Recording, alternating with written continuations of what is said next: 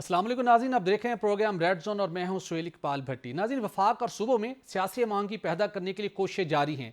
वज़ीर आज़म कहते हैं कि मुल्क से सियासी अफरा तफरी का खात्मा हर सूरत करेंगे और इस मकसद के लिए जो हमने मुआशियत की बेहतरी लानी है, उस मुआशियत की बेहतरी के लिए कोई सियासी या इंतज़ामी कोई भी दबाव हो उसको बर्दाश्त नहीं किया जाएगा। आला सतही इजलास की प्राइम मिनिस्टर ने सरबराही भी की, लेकिन सवाल ये है कि जो प्राइम मिनिस्टर चाहते हैं कि मुल्क में सियासी महंगी हो वफाक और सूबों के मबैन, क्या उस मकसद के लिए पाकिस्तान तहरीक इंसाफ को भी कायल किया जा सकेगा? और इसके साथ प्रोग्राम में बात करेंगे कि बानी पीटीआई की रिहाई के लिए अब नई हिकमत अमली बनाई गई है कि अब सड़कों पर एहतजाज होगा और इस मकसद के लिए इतवार के दिन खैबर पख्तूनख्वा से बाज़ाब्ता तौर के ऊपर रैली निकाली जाएगी। पाकिस्तान तहरीक इंसाफ जिसे अदालतों से बड़ा रिलीफ मिला है, वो बानी पीटीआई की रिहाई के लिए अदालतों के बजाय सड़कों पर जाने का, मार्च करने का, एहतजाज करने का सिलसिला क्यों इख्तियार कर रही है? क्या सड़कों पर मार्च करने से वाकई ही बानी पीटीआई को अदालत की बजाय इस एहतजाजी रैलियों के जरिए से जेल से बाहर लाया जा सकता है? और इसके साथ बात करेंगे कि वज़ीर-ए-आज़म शहबाज शरीफ को अमेरिकी सदर जो बाइडन ने खत लिखा है और उन्होंने पाकिस्तान की नई बनने वाली हुकूमत की सपोर्ट के लिए नए ख्वाहिशात का इजहार किया है और उसके साथ साथ पाकिस्तान की समाजी और मुआशी तरक्की के लिए सपोर्ट फराहम करने के अज़्म का भी इजहार किया है।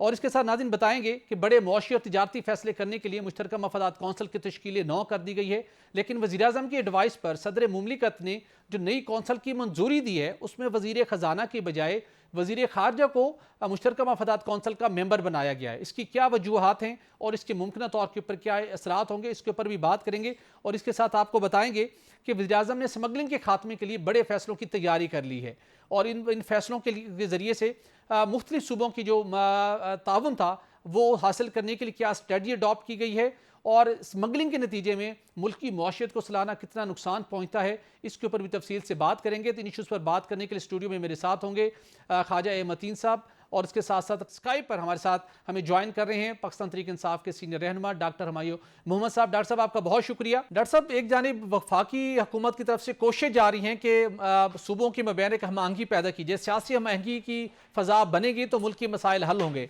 लेकिन हम देख रहे हैं कि पाकिस्तान तहरीक इंसाफ एक मरतबा फिर सड़कों पर आने की तैयारी कर चुकी है और जजिस का जो हाई कोर्ट के जजिस की तरफ से खत का मामला था उस मामले को भी पाकिस्तान तहरीक इंसाफ बहुत अग्रेसिवली टेकअप कर रही है। तो ये जो वफाकी हुकूमत की कोशिश है सियासी महंगी पैदा करने की, तो क्या पीटीआई को भी वफाकी हुकूमत कायल कर पाएगी? अगर आप सड़कों पर आएंगे तो फिर जो प्राइम मिनिस्टर जिस चीज़ का खदशे का इजहार कर रहे हैं कि हमें सियासी इस्तेहकाम चाहिए, मुआशी बेहतरी के लिए और तमाम सियासी जमातों की सपोर्ट चाहिए, वो सपोर्ट तो फिर वफाकी हुकूमत को सर नहीं मिल सकेगी।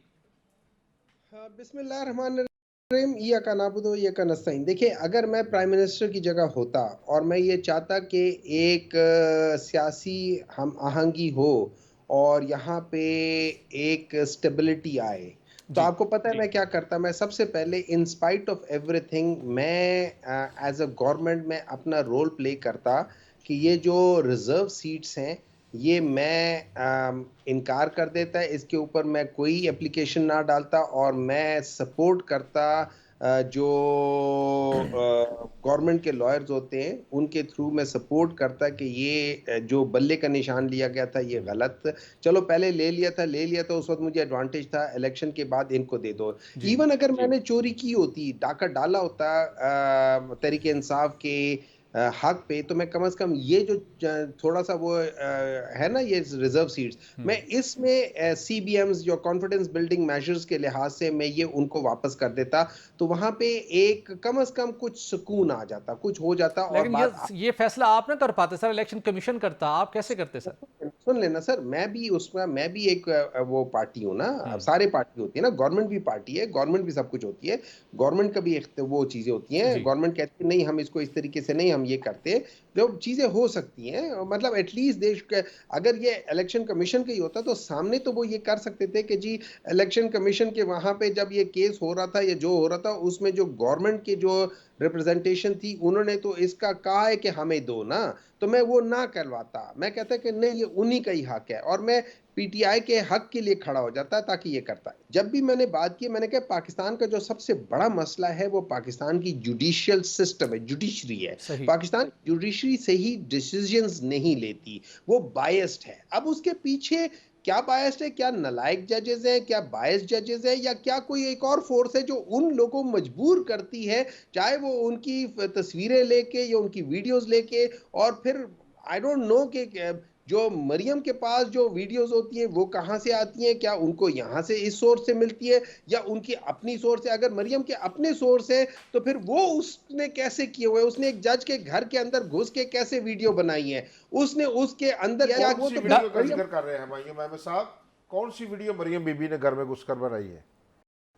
देखिए जो जिन जजेस के साथ उन्होंने बताया, उन्होंने कहा हुआ है, उनकी एक वो है कि मेरे पास इन सब की वीडियोस हैं और तौबा तौबा तौबा तौबा, वो ऐसा तो वीडियो ऐसा तो कोई नहीं उन्होंने कहा कि मैं जजेस की मेरे पास वीडियो, कोई बयान है रिकॉर्ड पर आपके पास, कोई चीज़ है बिल्कुल। ऐसी? आप सोशल मीडिया पे अभी सर जी, अभी जब सोशल हम बात मीडिया में करें सारा फेक न्यूज़ से भरा हुआ है। सेनेटर हुमायूं अहमद साहब, आप सीनियर आदमी हैं, आप ऐवान बाला में बैठे हुए हैं, आप वो बात ना करें जो फेक न्यूज़ और सारा दिन जो सोशल मीडिया पे सारी झूठी चीज़ें चलती थी। आप वो बात करें जो साबित शुदा है। हजूर देखिए उन्हीं में से ही उन्होंने वो जो जज बशीर थे, ये कौन थे, उनकी उन्होंने वीडियो निकाल के बताई थी, उन्हीं के वहां उन्होंने रिकॉर्ड करवाई थी ना, वो सारी चीजें रिकॉर्डिंग उन्होंने करवाई थी या उनके पास थी या वट जज एवर इट बशीर इज। की तो कोई वीडियो नहीं आई सर। ने बशीर ने, क्या नाम है उनका, अरशद, नाम जज जी, अरशद जज की अरशद। वीडियो आई थी और वो खुद अरशद। मुलाकात कर रहे थे और वो गुफ्तगू की वीडियो थी, कोई नाजेबा वीडियो नहीं थी। आपकी उन्होंने बात दुरुस्त है सेनेटर हुमायूं अहमद साहब के, अगर आप तवक्को करते हैं पीटीआई से। काम करूंगा मैं, आप काम करूंगा ना, आप वो एक इंटरव्यू, उनका इंटरव्यू है, वो कोई ऐसी बात नहीं है, इंटरव्यू है और ये काफी पुराना इंटरव्यू है, 2 साल पुराना, 1.5 साल 2 साल पुराना इंटरव्यू है, ये कोई चलो आजकल का थोड़ा सा इस इंटरव्यू नहीं। बात को आगे बढ़ाते हैं।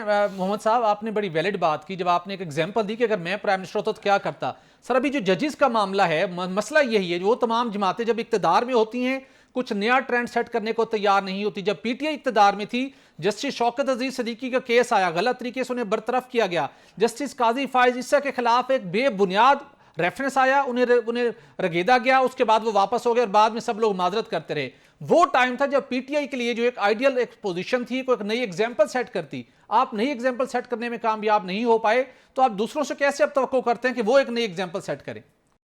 मुझे एक बात बताएं, पॉलिटिक्स में कौन यंग है, पीटीआई या पीएमएलएन या पीपल्स पार्टी? पीटीआई सबसे यंग है ना जी। ठीक है ना। हमारी ये पहली बार थी ना। अब मैं आपको एक बात बता देता हूँ, दूसरी बात में आता हूँ। आपने बिल्कुल सही बात की, पीटीआई ने, पाकिस्तान तहरीक इंसाफ ने किसी को, पाकिस्तान तहरीक इंसाफ ने रेफरेंस भेजा था। पाकिस्तान तहरीक इंसाफ ने किसको रेफरेंस भेजा था? जुडिशल काउंसिल को भेजा था, जो कि सही वो है। अब अगर गवर्नमेंट ने जुडिशल काउंसिल को भेजा था, जहां मर्जी से आवाज दी, डिसीजन जुडिशल काउंसिल ने लिए, जिस जगह पर जुडिशल काउंसिल ने कहा कि नहीं ये गलत था, वहां पे उन लोगों ने फैसला काजी फायज ईसा के हक में कर दिया। जहां जुडिशल कमीशन ने कहा कि नहीं सिद्दीकी साहब गलत है, उन्होंने उनके खिलाफ कर दिया। जुडिशल काउंसिल ने किया। लेकिन आप खुद उनके खिलाफ भी नहीं हुआ जी, और आप खुद मानते हैं कि शौकत अली सिद्दीकी साहब के खिलाफ जो कुछ हुआ था वो गलत था? देखिए मैं तो ये समझता, देखिए आज अगर उसने कहा हुआ है कि पहले इनके खिलाफ, मुझे एक बात बताएं, इनके खिलाफ डिसीजन हो गया था कि नहीं हो गया था कि ये इनको निकाल दिया था ना? वो डिसीजन किसका था? यही इल्जामात है ना कि मखसूस जगह से प्रेशर था जिसकी वजह से वो फैसला हुआ, और जिसको आपके चेयरमैन पीटीआई मिनिस्टर गौहर इस बात को मान रहे हैं आज। सर वो डिसीजन किसने लिया था, गवर्नमेंट ने या जुडिशरी ने? वो पीछे एग्जेक्टिव का दबाव था उस वक्त।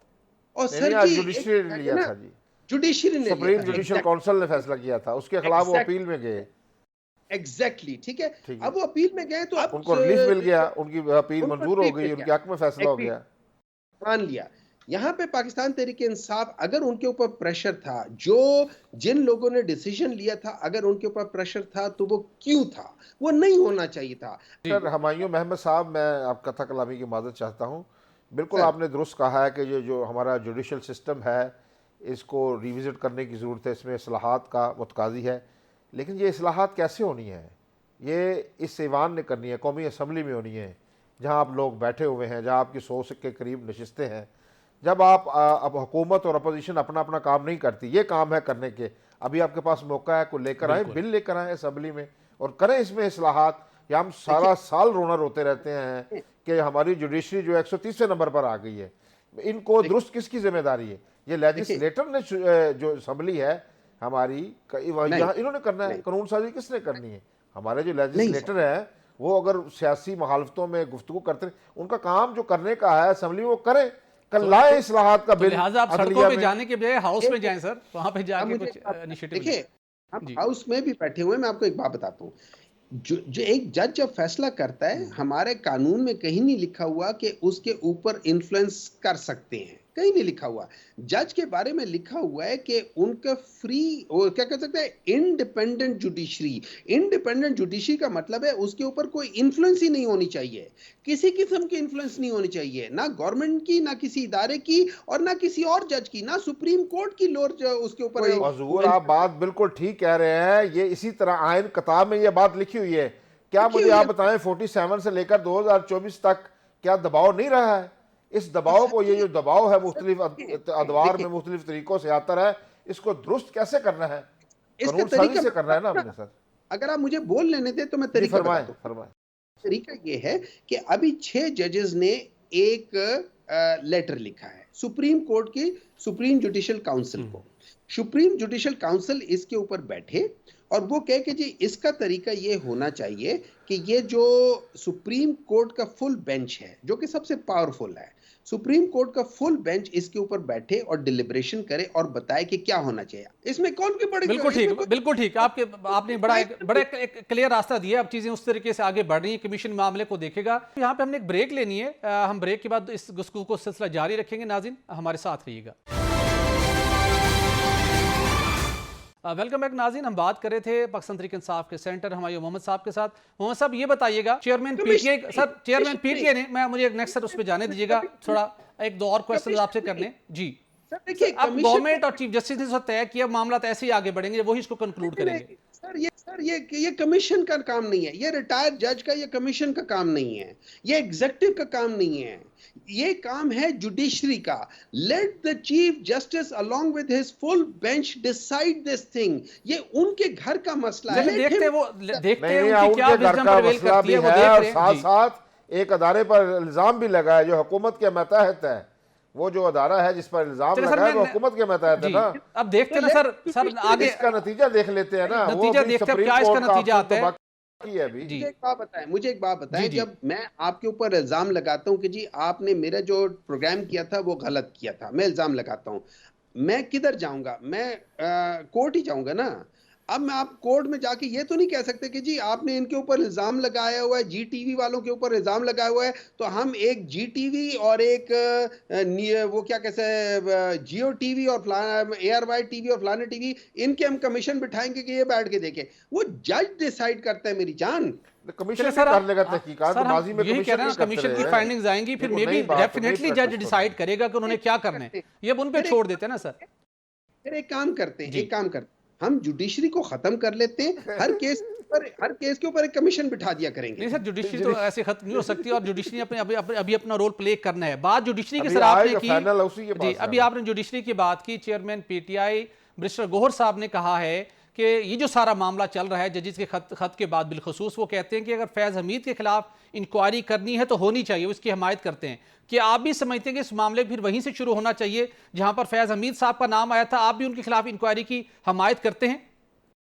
मैं तो समझता हूँ कि अगर जाना ही है पीछे, मैं समझता हूँ हर एक जगह पे आप जाएं, आप स्टार्ट करें, बिल्कुल शुरू से स्टार्ट करें, और एक एक जगह पे जहां जहां इंटरवेंशन हुई है गलत, उस जगह को आइडेंटिफाई करें। आप सिर्फ एक काम करें, फॉर एग्जांपल मेरी नजर में वो जजेस जिन्होंने जुल्फिकार अली भुट्टो को गलत डिसीजन से उसको फांसी दिलवा आज प्रूव हो गया है कि उन लोगों ने गलत किया था, उन जजेस को कोई सजा मिलनी चाहिए। सजा क्या होनी चाहिए? उनका नाम स्ट्रिप कर दो सुप्रीम कोर्ट से, उनका नाम स्ट्रिप कर दो हाई कोर्ट से, ताकि कोई आइंदा पता चले कि यार बाद में भी जाके मुझे मेरे बाद में मेरे बच्चे और सबको जिल्लत का सामना करना पड़ेगा। एक करे, उसके बाद जिस जिस जगह पे इंटरफेरेंस हुई है, किस जगह पे इंटरफेरेंस हुई है, हम वहां पे जाके करना शुरू कर देते हैं। जब हम जहां पनामा की बजाय कामा पे निकाला गया, वहां पे भी होनी चाहिए सर तहकीकात। करें, हर जगह पे करें। ये ठीक है, आपका पॉइंट आ गया कि शुरू से लेकर अब तक होनी चाहिए सेंटर साहब। लेकिन जो स्पेशल सवाल पूछा है आपसे भट्टी साहब ने,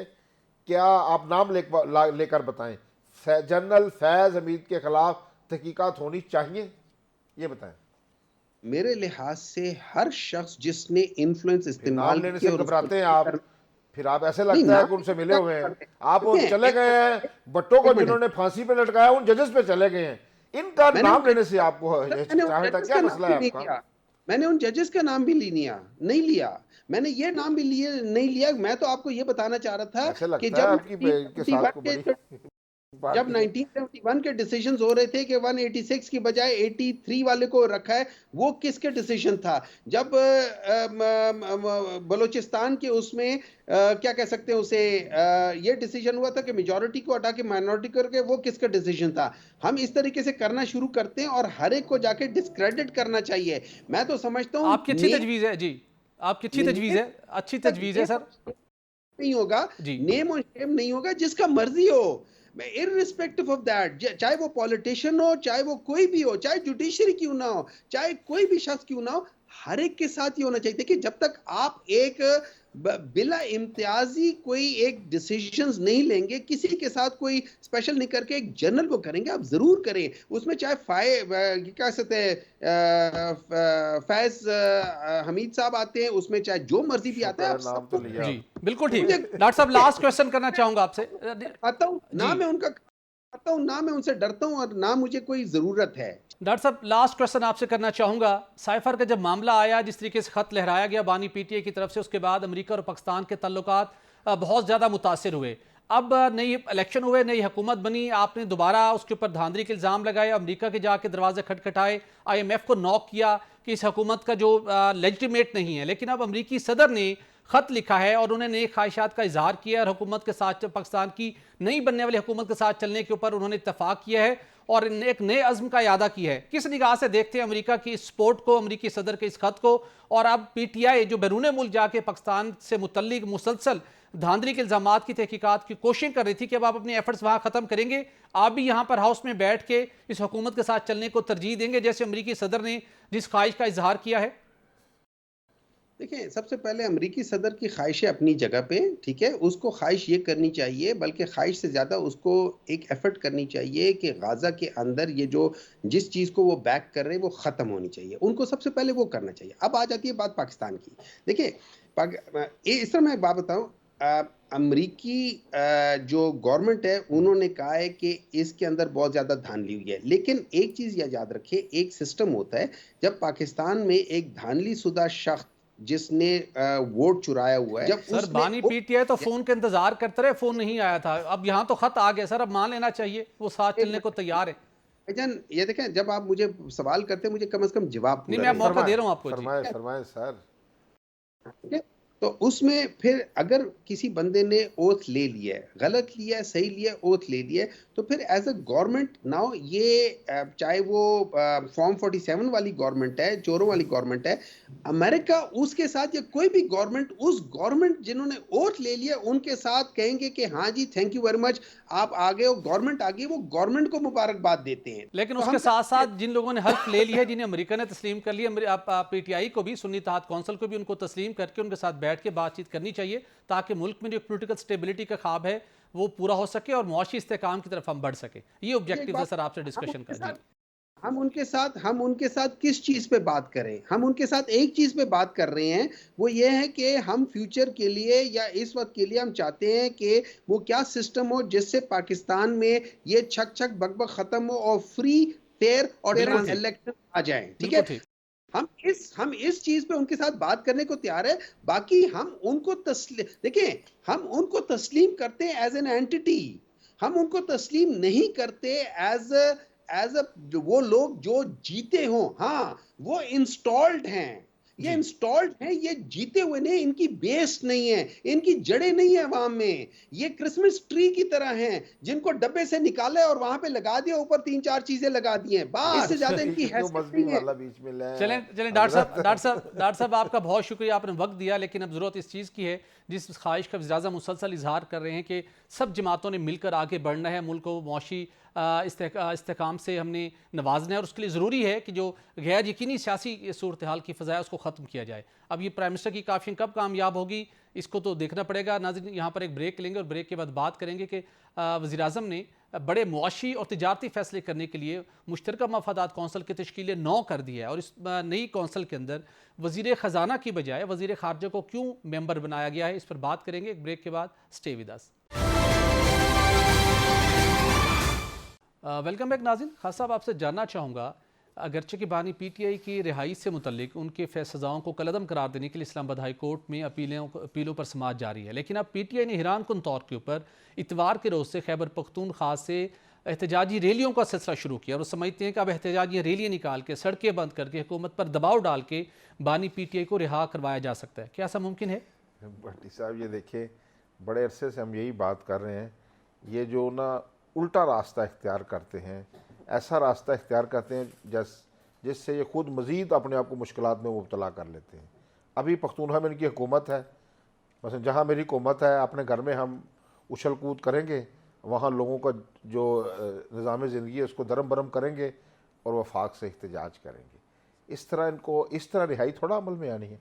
आपने अपना रवैया तब्दील करना है, रवैया तब्दील करने तक आपको कोई रिलीफ मिलने का दूर दूर तक कोई इम्कान नहीं है। लेकिन इसके बावजूद भट्टी साहब, जो सेनेटर हुमायूं अहमद ने बात की है एक कि जो सियासी हमांगी का एक ख्वाब पूरी कौम देखना चाहती है, जो मुआशी चैलेंजेस जिससे हम गुजर रहे हैं, जिससे मुल्क गुजर रहा है, हम एक IMF के एक और प्रोग्राम में जा रहा है पूरा मुल्क, ठीक है, महंगाई फिर बढ़ेगी, फिर हम मसाइल पैदा होंगे।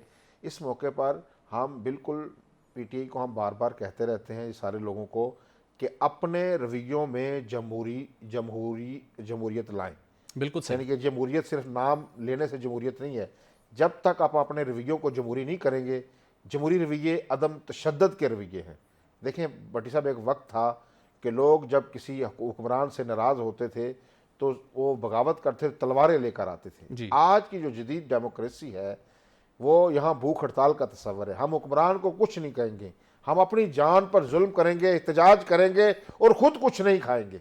ये भी एहतजाज, ये जो जदीद डेमोक्रेसी ने हमें ये तरीके एहतजाज के सिखाएं। हम इन्हें ये कहते हैं कि आप लूट मार, ठीक, जलाओ गिराओ से बाहर निकल कर जो जमहूरी रास्ते हैं वो इख्तियार करें। बिल्कुल सही। लेकिन जो सेनेटर हुमायूं अहमद ने बड़ी खूबसूरत बात की है कि एक तरफ से हम तमाम मुतालबे किए जा रहे हैं, हुकूमत को भी जो भी उनको मुमकिना रिलीफ मिलना चाहिए, जैसे उन्होंने मखसूस नशिस्तों के हवाले से बात की है, गो कि आइनी तौर पर उनकी पोजीशन नहीं है, लेकिन जहाँ जहाँ उनको मुमकिना तौर पर, जैसे मरियम बीबी ने, जो मलाइका बुखारी साहबा हैं, उनको उनका नाम ECL से निकलवाया जी, इस तरह के आपको जेस्चर आपको भी देने, जो उनके राइट्स जो जायज़ हैं वो मिलने चाहिए। बिल्कुल ठीक है, हुकूमत ही देने की पोजीशन में होती बिल्कुल है। खान साहब, आपकी बड़ी शानदार तजवीज़ है। और लेकिन अच्छी जो आपकी तजवीज़ है, आप पीटीआई के दोस्तों को भी चाहिए, आप वक्तन फ़क्तन गाइड करते रहते हैं कि कौन सा बेहतर रास्ता है, लेकिन आपकी तमाम तजवीज़ के बावजूद वो दुश्वार और मुश्किल रास्ते का इंतखाब करते हैं, जिसके वजह से बाद में वो खुद और उनके सपोर्टर्स भी मुतासर होते हैं। तो अगली स्टोरी की जानिब बढ़ते हैं खान साहब।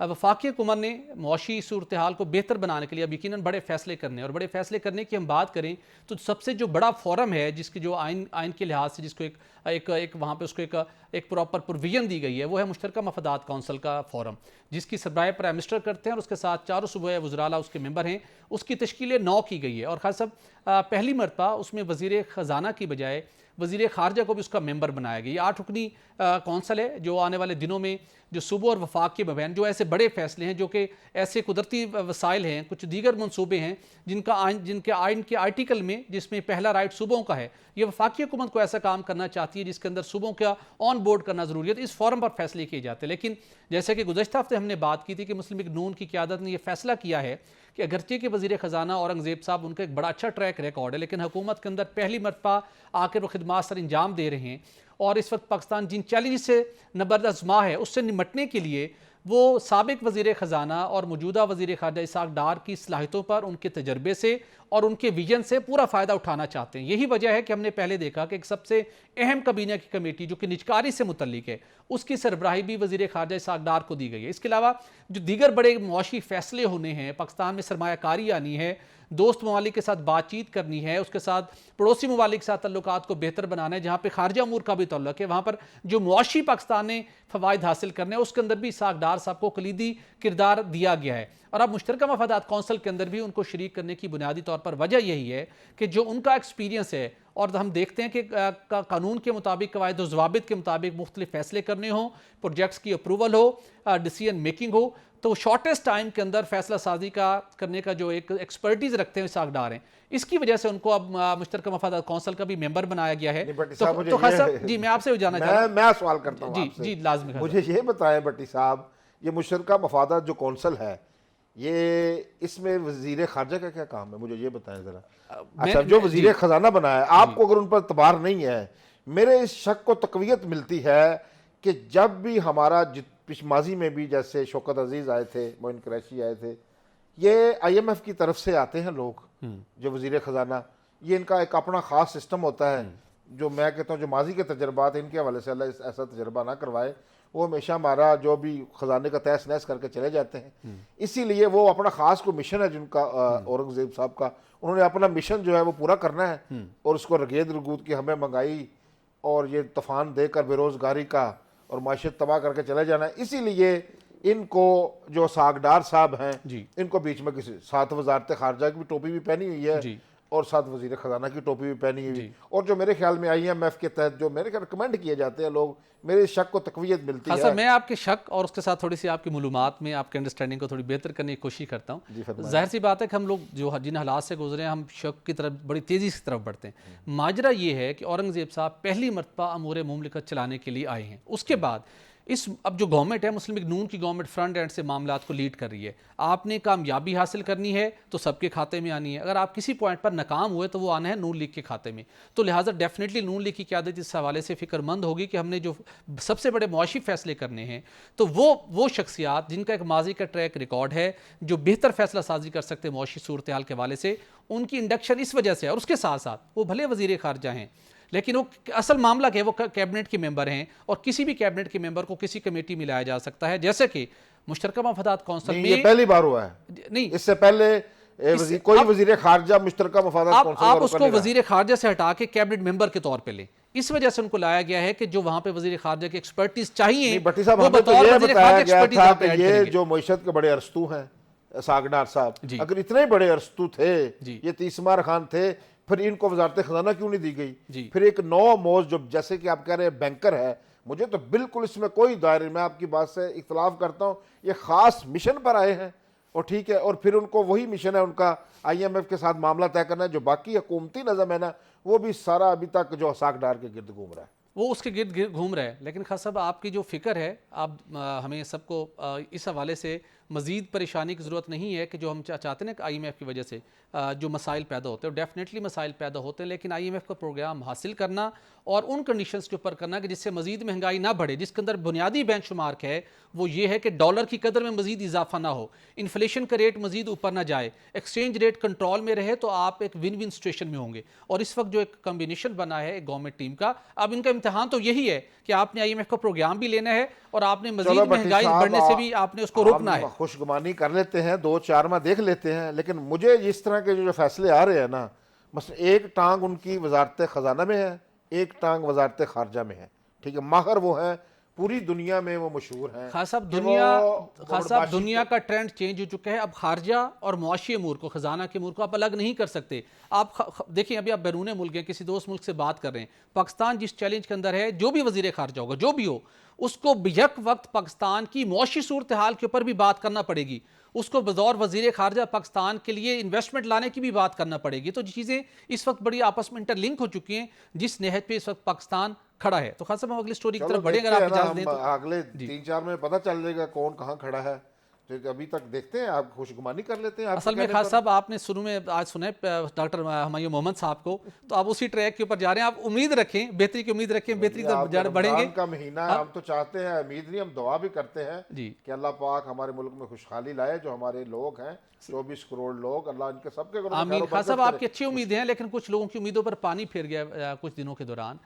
इस्लामाबाद हाई कोर्ट के चीफ जस्टिस ने ख़त लिखा, अफवाज साज फैक्ट्रियाँ गर्म हुई और उन्होंने कहा अब एक बड़ा कानूनी और आइनी बहरान पैदा होने जा रहा है, पाकिस्तान के अंदर सूरत हाल ठीक नहीं होगी। दोबारा सोशल मीडिया के ऊपर एक बड़ी डिबेट पैदा हुई, लेकिन क्रेडिट जाता है chief justice supreme court of Pakistan Qazi Faez Isa को, जिन्होंने इस मामले को हल करने के लिए फौरी तौर के ऊपर मामला टेकअप किया। फुल कोर्ट का इजलास हुआ, तमाम सीनियर जजेस को उसके ऊपर ऑन बोर्ड किया गया और उसके बाद प्राइम मिनिस्टर शहबाज शरीफ ने उनसे मुलाकात की और इस मुलाकात के दौरान ये तय पाया कि डेफिनेटली जो जजेस मौजूद जज साहबान की शिकायत हैं उनकी तहकीकात होनी चाहिए, क्या वो दुरुस्त हैं और किस हद तक दुरुस्त हैं, अगर दुरुस्त हैं तो उनका अजाला कैसे होगा और मुस्तकबिल में ऐसी शिकायत से बचने के लिए क्या होना चाहिए। तो उस मकसद के लिए अब जुडिशल कमीशन बनाने का फैसला किया गया है और काबीना से मंजूरी लेने के बाद इसकी अनाउंसमेंट की जाएगी। तो खास साहब, सवाल ये है कि इस मामले को तो डेफिनेटली देखना चाहिए। जो जस्टिस शौकत अली सिद्दीकी अब रिटायर हो चुके हैं, अगरचे सुप्रीम कोर्ट ने उनके ऊपर जो जिस वजह से उनकी बरतरफी हुई थी उसको ख़त्म कर दिया, उनकी भी इसी नवैयत के इल्ज़ामात थे, उनकी भी इसी किस्म की शिकायत थी। तो फिर उस वक्त नाम आ रहा था फैज़ हमीद साहब का, और अब जज PTI भी कहते हैं कि उनसे इंक्वायरी होनी चाहिए। तो आपको लगता है कि ये कमीशन सिर्फ इन 6 जजेस की शिकायत को मद्देनजर रखते हुए आगे बढ़ेगा, ये शौकत अली सिद्दीकी या किसी और लेवल के ऊपर भी अगर कहीं पे एग्जीक्यूटिव ने जुडिशरी पर असरअंदाज होने की कोशिश की है, वहां पर भी इस सिलसिले की इंक्वायरी होनी चाहिए? बट साहब, मैं समझता हूँ जो चीफ जस्टिस काजी फायद ईसा हैं, उन्होंने अपने जो हाउस है उनका तमाम जजेस के साथ मीटिंग की, और जब ये ख़त लिखा गया, ये अच्छी बात नहीं है, इस तरह की दबाव अदलिया पे नहीं होना चाहिए कतन। जब तक अदलिया, किसी भी मुल्क की अदलिया आज़ाद नहीं होगी तो हमारा मुल्क आगे कैसे बढ़ेगा, ये शहरी आज़ादियाँ कैसे मिलेंगी? ये बिल्कुल दुरुस्त बात है, लेकिन अभी हम इसको इल्ज़ाम के तौर पर लेते हैं। एक इल्ज़ाम आया है, उस पर चीफ जस्टिस ऑफ पाकिस्तान ने अपने जो तमाम साथी जजेस हैं उनके साथ मीटिंग की। इसके बाद उन्होंने वज़ीर आज़म उनके पास गए और वज़ीर आज़म को उन्होंने बताया कि हमारे तशवीश पाई जाती है, और हुकूमत को के जिस अदारे पर इल्ज़ाम आया भट्टी साहब, वो बराह रास्त हुकूमत के मतहत है और वज़ीर आज़म के भी मतहत वो अदारा है, ठीक है ना, बराह रास्त। उन्होंने कहा है कि हम एक कमीशन बनाते हैं, उस पर तहकीकात करते हैं। अभी PTI क्योंकि इस पर एतराज़ कर रही है कि ये मामला सुप्रीम जुडिशल काउंसिल में जाना चाहिए था, लेकिन मैं समझता हूँ कि इस जो कमीशन बना है वो तो रास्ता, वो दरवाज़ा तो बंद नहीं हुआ भट्टी साहब अभी। बिल्कुल सही। उसमें सुप्रीम कोर्ट में आप जब कभी जा सकते हैं, उसमें बिल्कुल जा सकते हैं, मामला जा सकता है। लेकिन चलो, मैं समझता हूँ कि बड़ी होशमंदी के साथ इससे हमारी, आपको पता, बड़ी जग हंसाई हुई है पूरी दुनिया में कि ये ख़त जब से सामने आया है, अदलिया का मजाक उड़ाया गया है, और जो हमारे मुल्क के जो इंतज़ामी अदारे हैं उनका भी इस हवाले से बड़ी तशवीश की निगाह से देखा जा रहा है, जो इंसानी हकूक़ के भी अदारे हैं। लेकिन मैं ये समझता हूँ चीफ जस्टिस काजी फायद ईसा ने बर वक्त इक़दाम किया और मशवरा करके, और उसको फौरी टेकअप कर दिया है। और दोनों जो शख्सियात हैं, वज़ीर आज़म पाकिस्तान मियाँ शहबाज शरीफ और जो चीफ जस्टिस ऑफ पाकिस्तान काजी फायद ईसा, ये दोनों खराज तहसीन की मुस्तहिक हैं, क्योंकि लोगों का ख्याल था इस पर बड़ी बद उड़ेगी और हमें ढोल बजाने का मौका मिलेगा। लेकिन मैं समझता हूँ बर वक्त इक़दाम करके वज़ीर आज़म और चीफ जस्टिस ने